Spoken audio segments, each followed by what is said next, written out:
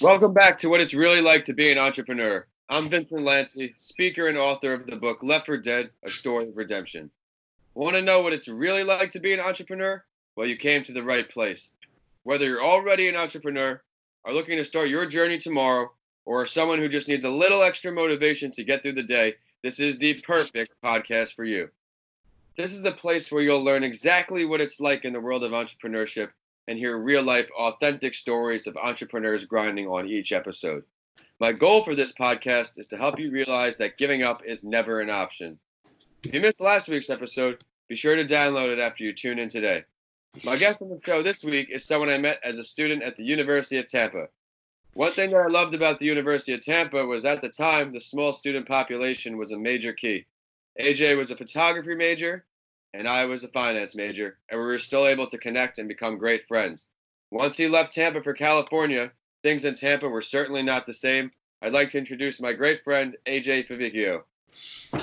Hey, Vin. Thanks so much for having me on, man. Thanks for joining my podcast, AJ. Why don't you share your story and then end up what you're working on today?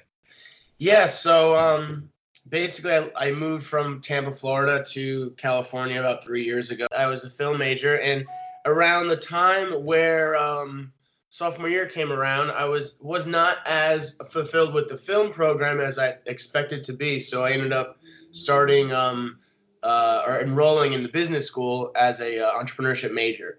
And that really was the birth of kind of where I'm at today and doing what I'm doing today, because it gave me the platform to use the tools that I had access to in the film program and then apply them in a real world situation. And I was getting, jobs in college, probably a little bit as like kind of a gift and definitely underqualified for certain jobs. But it was a matter of like, oh, this kid is hungry and he's doing it and he has good aesthetic and what he's doing is pretty good.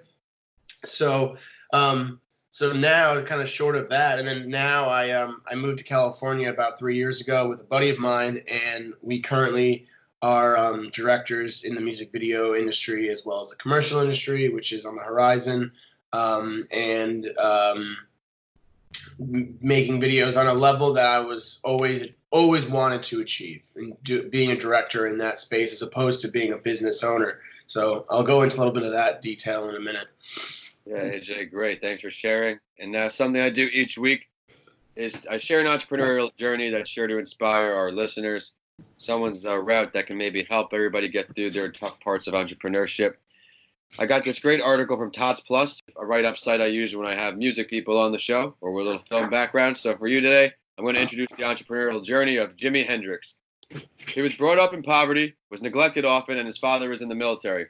The author of his biography, Room Full of Mirrors, was Charles Cross, and he said his father was both neglectful, abusive, and gave up several siblings to foster homes. When the oldest Hendrix couldn't find a steady job, he began to struggle financially for the family, and Jimmy and his brother were starting to steal from the grocery stores just to eat.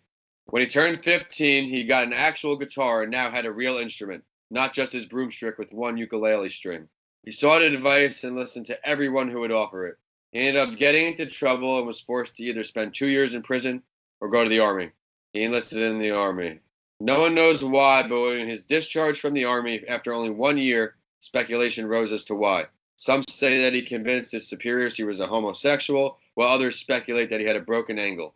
He began playing music once he was no longer serving at small gigs and opportunities with big names as the Isley Brothers, Little Richard, and Ike and Tina Turner. He is now able to form the Jimi Hendrix Experience in 1966 and was the recognition and the credibility established from the other experiences. All of this from a boy who fought through adversity from Seattle, Washington. AJ, did you know about his background at all? I knew a little bit about it, and I knew that he was a backup artist in a lot of bands and a lot of famous bands, and he was one of the first African-American frontmen for his own band. Like the Jimi Hendrix Experience was designed by the record label, and they gave him a band, but he was the first African-American to be like the lead man in a rock and roll band. Amazing, AJ. Well, let's get into the big five. Each week, what I do is I ask these 5 questions to each guest to learn what it's really like to be an entrepreneur through their story. You all ready to go? I am, sir. All right. When did you realize that you weren't happy with what you were doing or that you just needed a change? You touched a little bit, but please get into it. So, in my case, I was very fortunate to start my business during college. I didn't really do film in high school. Really, I always had an interest in art, in the arts. I always had an affinity for film and television, and my dad would try really hard to get me to read more as opposed to watch TV. But my family really loved movies and really loved the industry, or I should say, the art of it. So the pretty vital moment was when I added entrepreneurship as a second major. I was in the film program, was a little unfulfilled with the film program, and entrepreneurship seemed to be the next thing. I had heard about it. One of my film professors mentioned it, and I was like, this makes a lot of sense to me. Let me get a business degree while I'm still doing film.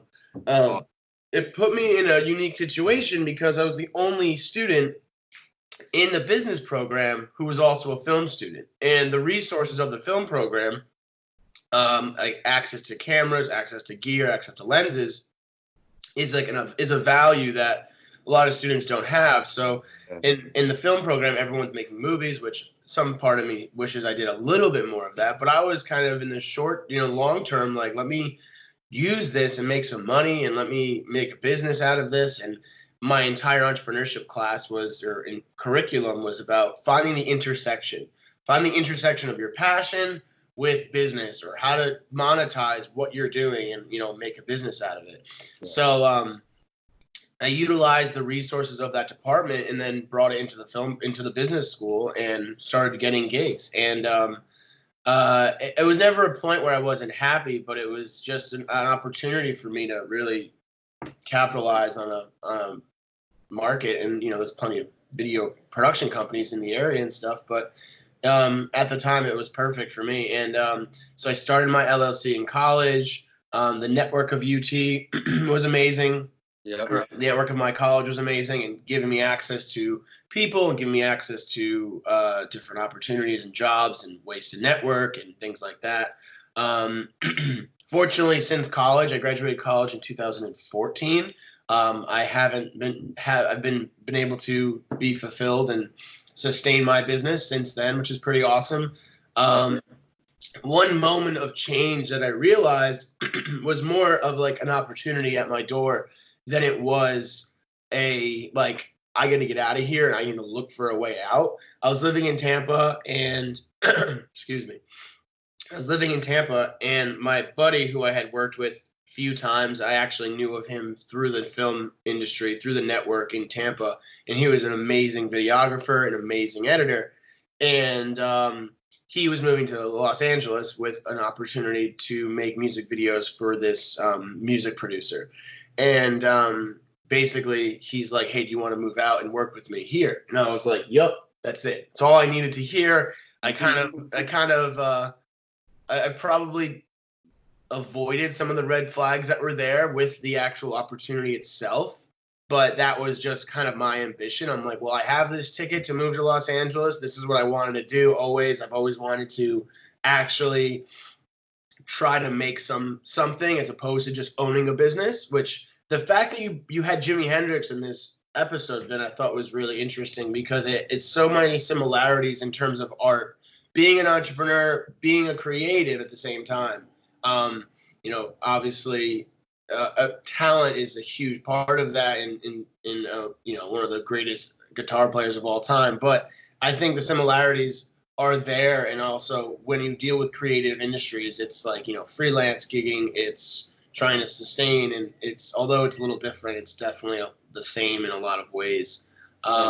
Hear you say that, because that's my goal when I pick these. Sometimes if it's just a great story or a well-known story, I'll do that. But I figured let me try to have it resonate a little bit with you today. And I'm glad for sure. And it's definitely I love how you picked that one. It was a great example.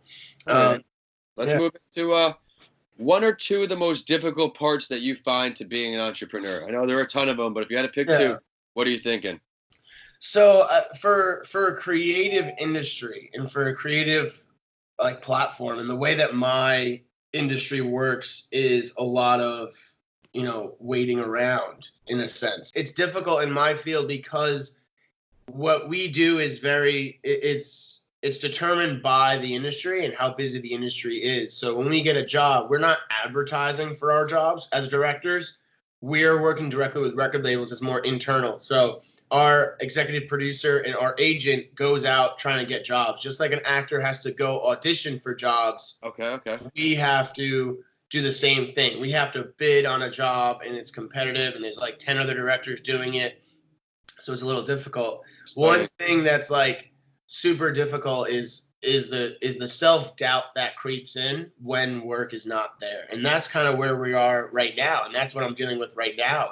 We had a year that was astronomical for us, like a rocket ship took off last January, where we just had tons of people hitting us up and tons of great opportunities and did some of our best videos. And then the last month or so, it's just slowed.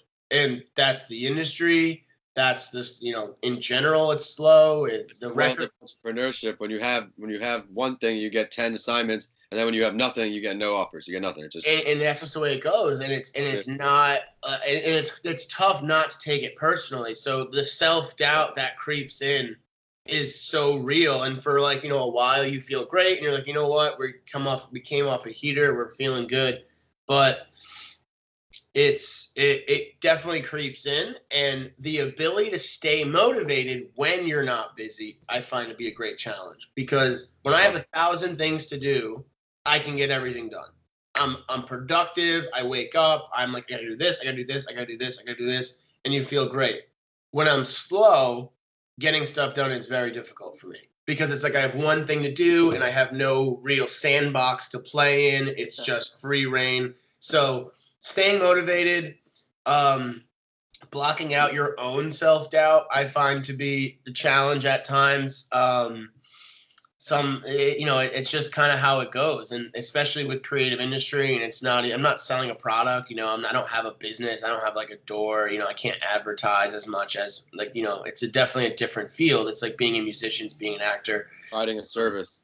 Yeah, so it's a little bit different, but at the end of the day, I just had an interesting conversation with a buddy of mine who went to Tisch School of the Arts. He's in front of the camera. He just got his show picked up. He did this live comedy show that now just got picked up for a series. Wow. And he's like, we had this conversation similarly, and he was like, yo, man, well, the grass isn't greener.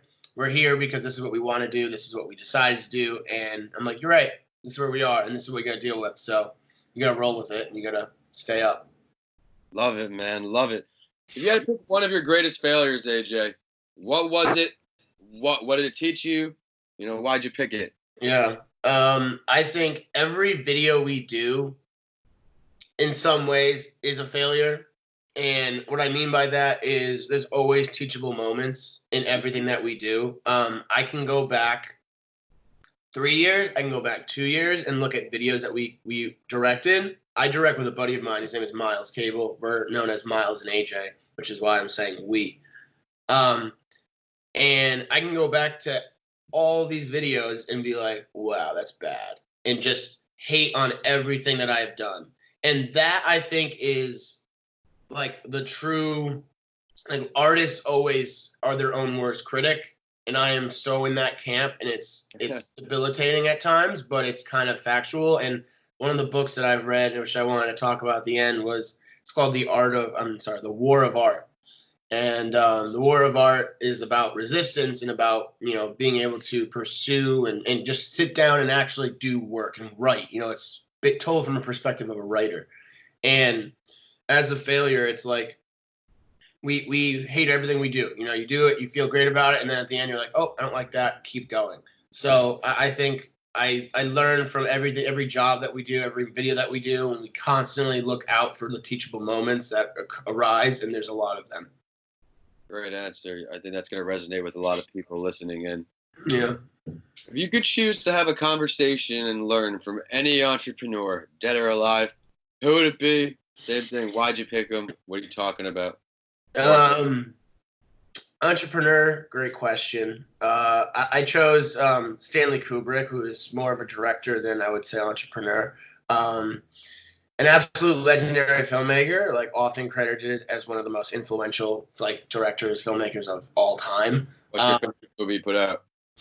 The Shining is undeniable. The thing about Stanley Kubrick is like every movie he does, no matter what genre it's in, it's a Kubrick video, a Kubrick movie. Like every single one, like Full Metal Jacket, Clockwork Orange. So it's one of those where you just know that it's a Kubrick film. I had not seen Shining in a long time, and I'm like, I gotta watch this movie again, and it's unbelievable. And so he started as like a photographer when he was in high school, and like as an aspiring movie director, it does such a service to look at the greats and also look at like where they started, and the path through entrepreneurship, the path through filmmaking is so different. It's just so incredibly different for everybody. Some people start here, some people start somewhere else, and the path, there's no right or wrong path. So I think that's a lot to learn from past greats and understand their journey and what makes a good filmmaker and what makes a good director. And it comes down to story, and it comes down to finding, composition and understanding how the medium works. It's definitely an entrepreneurial journey, I feel, because you have to go out there and get your food every day. No one's giving you the paycheck every other Friday or every Friday saying, thanks for coming and doing your 40 hours. It's no, thanks for doing your 200 hours. Right. And yeah, for sure. If I could ask one more person to have a conversation with, I think it'd be Bill Belichick too. Just a legendary leader and a legendary person just to like learn from. And I'll have another sentiment about that as you laugh at me, then Vincent. I'll have another sentiment about him in a minute, but we can move on. Well, I'm going to ask what makes him the entrepreneur that you choose? I don't know if entrepreneur is the right word. Again, I'm in a creative field. It's different. It's not a business. I'm not growing a business as I am growing myself and growing my own name. But he's a leader. He's cutting edge. Everything he's done in his life has been all for one thing. He's just a master at what he does. And there's a lot and I use the analogy of football a lot in my work, which is kind of ironic. In a creative industry, but it's about the battle is won before it is fought. It's all in preparation, and there's nothing more true with directing than that. Like if you show up on a set without a plan, without an idea what you're doing, you're going to fail. It's not going to be as good as it can be. Everything happens in the preparation, and I take that from one of the greats, and it applies to a lot of situations in my life. Great answer. All right, AJ, where do you see yourself in this entrepreneurial endeavor and maybe other endeavors in the future? Let's look at 1 year from today and 5 years today. 1 year from today, what are you hoping? 1 year from today, I hope we have a few commercials under our belt. I want to say a few. One is not enough. I want to say maybe 5 to 10, which would be amazing. Commercials, because music videos are a great place, and I will always love to do music videos, but I don't want to be the world's best music video director. I don't want to be the best. And I said that when I left Tampa. When I left LA, when I came to LA, I told my parents that. I was like, I don't want to be the best at this small thing. I want to grow vertically as opposed to laterally. So I want to do some commercials are on the horizon. We have a commercial rep, and we're hoping we get some commercials this year. And we're close. We were very close this past year to get one for a tequila brand, which would have been amazing. And then in 5 years, TV and film. I'm currently using my spare time, using the time that we haven't been working and focusing on a series development that I've been working on that's semi-autobiographical and focusing on that. And there's no guarantees with any of that. And there's nothing guaranteed, but I'm working on that and hopefully working on that or in a writer's room or, directing episodes of a TV show in the next 5 to maybe 7-10 years. Who knows? Well, I love the ambition. I know your work ethic, so I'm sure that's a very feasible goal. So thanks so much, AJ, for coming on today. I know our listeners are definitely going to see the value you brought on here today. I really enjoyed, the answer for the difficult parts of being an entrepreneur with the self-doubt. I think your entire answer there will be very valuable for anybody listening in because those are very common, regular side effects to being an entrepreneur. But it's time for the last word, AJ. Is there something you want to share with our listeners today that you did not get to touch on yet? Yeah, I think you kind of just hit it again, man. I think we learn more from our failures than we do our victories, and that touches upon every aspect of what I spoke about. Sun Tzu said that quote I said before: "The battle is won before it is fought." That's the mentality that leaders bring into their teams, to their crews, through their offices. Like, you have to put in the work in order to win the battle, and you can't dig a hole. Can't win a war by digging a hole. You got to attack and you got to fight. So I just want to kind of bring up some books that I read in college and after college that I found to be super fundamental. Please do. 48 Laws of Power by Robert Greene. A buddy of mine from college shared it with me, and I think you as well, Vin. One of my favorite books and a foundational book that I read. I actually try to share that book with young people as much as I can. I gave it to my 16-year-old cousin for his birthday, and I was like, "You're not going to read this now, but you have it, and this is important book to carry with you for life." Everything that he writes is amazing. I just read his newest book called The Laws of Human Nature, which is amazing and such a useful tool to learn about human psychology and understand how people work, and to know that these feelings that you have as a human are because we're human and not because we're messed up. And that goes into self-doubt, into that crippling anxiety of trying to make something and do something. And the last one I think would be The Four Agreements, which is an amazing book that is just it's foundational as well. Awesome, AJ. Why don't you go ahead and share your social media, website, or any ways for our listeners to get in touch with you? Yeah, my website is milesandaj.com, and Instagram is just spell Miles. MILES, milesandaj.com. Instagram, if you just search Aj Favicchio, it should pop right up. And our other Instagram is just Miles and AJ. If you Google Miles and AJ, you'll find pretty much everything you need. Appreciate it, AJ. You guys can, of course, follow the show on Instagram at Your Favorite Morning Podcast and on Twitter at PodcastsByLanci. My handles are at Vincent A. Lanci on all social media and YouTube, and my website is vincentalanci.com. Be sure to check out my book on Amazon, Left for Dead, A Story of Redemption, and DM me or email me. Let me know what you think. If you enjoyed today's episode, please continue listening and rate What It's Really Like to Be an Entrepreneur 5 stars.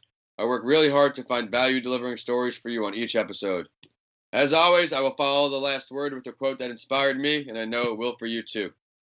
Great things never came from comfort zones. If you missed last week's episode, be sure to download it after you finish tuning in today. Thanks for listening, and I'll see you on the next episode of What It's Really Like to Be an Entrepreneur.